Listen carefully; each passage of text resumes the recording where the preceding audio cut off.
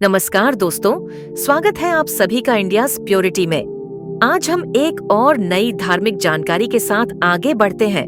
दोस्तों, मनुष्य की आत्मा शुद्ध, निर्मल और दिव्य होती है, परंतु जब यह आत्मा शरीर में प्रवेश करती है तो संसार के मोह माया और इंद्रियों के भोग में फंसकर अपनी दिव्यता को भूल जाती है।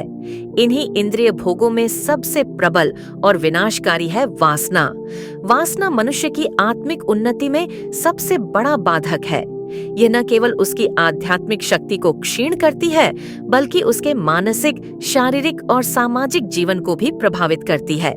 इस वीडियो में हम जानेंगे कि वासना कैसे हानिकारक है, इसके क्या प्रभाव होते हैं और इसे कैसे त्याग कर एक प्रेरणादायक, आध्यात्मिक और शांत जीवन की ओर बढ़ा जा सकता है। सबसे पहले जानते हैं वासना की परिभाषा और प्रकृति। वासना का अर्थ केवल काम इच्छा या यौन इच्छा नहीं है, बल्कि यह हर उस इच्छा का रूप है जो इंद्रिय सुखों की प्राप्ति के लिए उत्पन्न होती है। यह इच्छा जब तीव्र हो जाती है तो यह व्यक्ति को विवेकहीन बना देती है। यह मन की अशुद्ध है, एक ऐसी आग है जो जितना अधिक भोगी जाती है उतना ही अधिक बढ़ती है। शास्त्रों में कहा गया है कि काम एष क्रोध एष रजोगुण समुद्भवः, श्रीमद् भगवद गीता अध्याय 3 श्लोक 37। अर्थात यह कामना ही क्रोध का कारण बनती है और रजोगुण से उत्पन्न होती है। वासना जब मन में घर कर लेती है तो वह सबसे पहले व्यक्ति के विवेक को मारती है। वह यह नहीं सोच पाता कि क्या उचित है और क्या अनुचित। जो मनुष्य सदा वासनात्मक विचारों में डूबा रहता है, उसकी बुद्धि धीरे धीरे कमजोर हो जाती है। वह निर्णय नहीं ले पाता, मन अशांत और चंचल रहता है। वासना की अधिकता से मनुष्य की स्मरण शक्ति पर भी प्रभाव पड़ता है। श्रीमद् भगवद गीता में भगवान श्री कृष्ण कहते हैं, स्मृति भ्रंशात् बुद्धिनाशो बुद्धिनाशात् प्रणश्यति।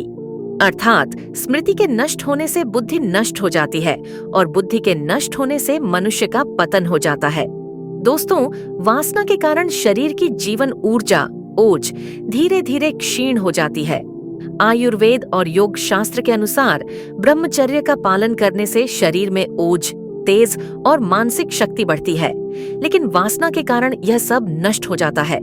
अत्यधिक वासनात्मक जीवन जीने वाले लोगों में थकान, नपुंसकता, मानसिक तनाव, नींद की कमी और पाचन संबंधी विकार उत्पन्न हो सकते हैं। यह व्यक्ति को भीतर से खोखला कर देता है। वासना के वशीभूत व्यक्ति अपनी मर्यादा खो बैठता है। वह अपने परिवार, पत्नी, बच्चों के प्रति अपने कर्तव्यों को भूल जाता है। इससे पारिवारिक जीवन बिखर सकता है। वासना कई बार व्यक्ति को बलात्कार, छेड़छाड़, व्यभिचार और हत्या जैसे अपराधों की ओर भी ले जाती है। समाज में अनेक बुराइयों की जड़ यही वासना है। आत्मा दिव्यता की प्रतीक है, लेकिन जब व्यक्ति वासनात्मक जीवन जीता है तो वह अपने भीतर बसे परमात्मा का अपमान करता है। वासना मन को चंचल बना देती है। ऐसा व्यक्ति ध्यान, जप, पूजा पाठ या किसी भी आध्यात्मिक साधना में मन नहीं लगा सकता। ब्रह्मचर्य का अर्थ केवल शारीरिक संयम नहीं है, बल्कि मन, वाणी और कर्म से इंद्रिय संयम है। यह महान व्रत है जो व्यक्ति को देवता बना देता है। प्रत्येक दिन भगवान का नाम जपने से मन शुद्ध होता है। वासनात्मक विचारों पर नियंत्रण करने के लिए ओम नमः शिवाय, हरे राम हरे कृष्ण जैसे मंत्र अत्यंत प्रभावी हैं। दोस्तों, सत्संग और धर्म ग्रंथों का अध्ययन, श्रीमद् भागवत, श्री रामचरितमानस, श्रीमद् भगवद गीता जैसे ग्रंथों का अध्ययन मन में वैराग्य और संयम उत्पन्न करता है। महाभारत के भीष्म पितामह ने आजीवन ब्रह्मचर्य का पालन किया। उनकी यह प्रतिज्ञा इतनी कठोर थी कि उन्होंने कभी किसी स्त्री की ओर दृष्टि भी नहीं डाली। इस संयम के कारण वे महान ज्ञानी, शक्तिशाली और सम्मानित हुए। भगवान श्री राम ने केवल एक पत्नी व्रत का पालन किया। उनकी दृष्टि, वाणी और मन सब मर्यादित थे। उन्होंने अपने संयम से संपूर्ण मानवता को धर्म का संदेश दिया।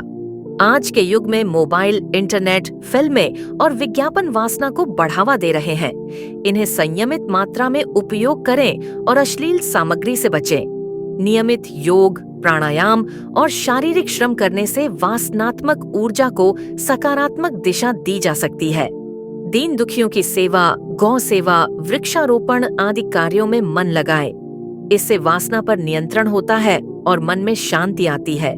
वासना से लड़ना किसी महायुद्ध से कम नहीं, यह भीतर का युद्ध है जो हर दिन हर क्षण लड़ना पड़ता है।